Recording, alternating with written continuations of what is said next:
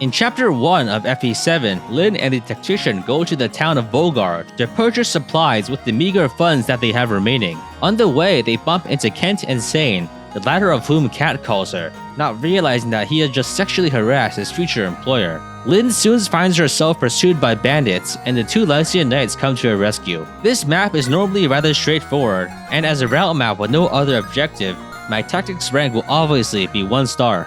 The experience rank on this map is pretty much guaranteed to be 5 star. Unfortunately, the limit for 1 star is very low at 140 XP, and we get 5 stars after only 200. Now let's do some math. Normal combats where you do damage will give you around 10 XP, kills around 30 XP, and the boss will grant around 70 to 100. Since we must defeat every enemy, and I cannot one-round any of them without a crit, I will have around 5 combats, 4 kills, and 1 boss kill, for a total of around 240 XP. Hypothetically, I could RNG abuse the rare critical hits to reduce my combat XP and sneak just under 200, but in doing so I sacrifice my combat ranking, so it's just not worth it.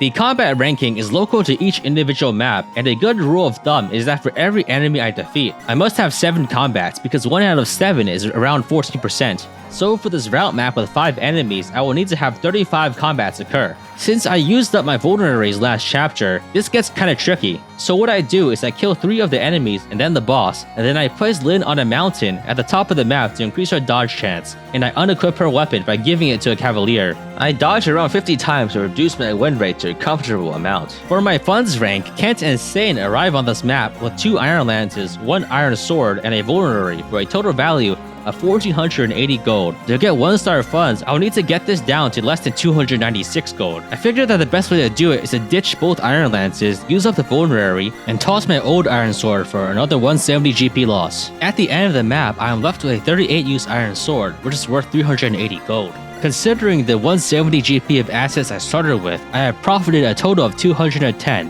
which is less than 296, so I will get 1 star in funds on this map. For my survival rank, things get tricky.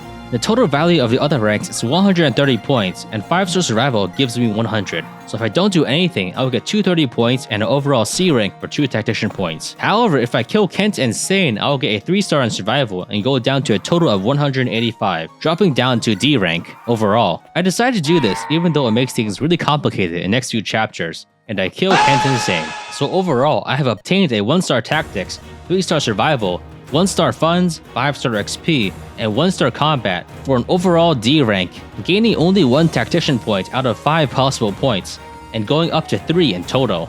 In the closing cutscene, Kent and Sain, despite being grievously wounded, reveal that Lyn is actually the granddaughter of the Marquis of Kylan. As it turns out, Lyn's granduncle, Lord Lundgren, sees her inheritance as a threat to his own claim and has sent assassins to kill her.